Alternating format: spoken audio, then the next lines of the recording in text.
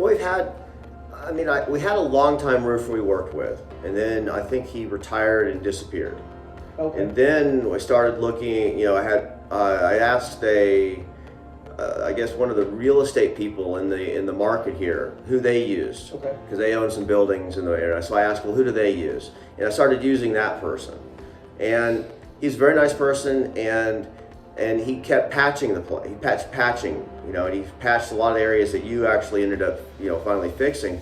And the patches would work, and then they'd start leaking again. So I was having leaks, and the leaks were actually doing significant damage to my product in my building. We came in and we washed it. It had dirt all over it. It ponded pretty good, and we cleaned it up. We put the GP primer on it, and we had some soft spots in the deck that we knew was a little soft, and we had an infrared study done on it. Oh, good. And it showed us where all the wet spots were. So we went out, we cut all those areas out, cleaned it up, re-primed the deck, Okay. and then foamed it all back in. Oh, So in nice. those areas, we probably got 4 inches of foam. Okay. We just brought it back up to grade. Got some of the water off the roof from before. Yeah. We sprayed these big areas right through the middle with the robot, and then we put the robot on the other side of the skylight, and we sprayed those big long runs. And then we came in and James sprayed in between the skylights by hand.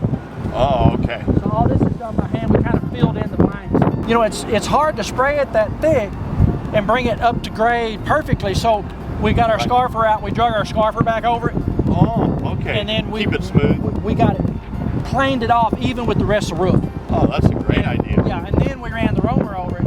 Oh, And so okay. then, it's pretty smooth. That's one of the nicer looking roofs I've seen, and they've got our high tensile coating up here, which is very UV resistant, and it's UV stable, and it doesn't collect dirt, and it'll keep that white shiny finish for the ultimate reflection and keep the cooling costs down. They put on 3 coats, sprayed and back rolled your first coat, and then applied 2 more coats, so you've got 30 plus mils on the roof.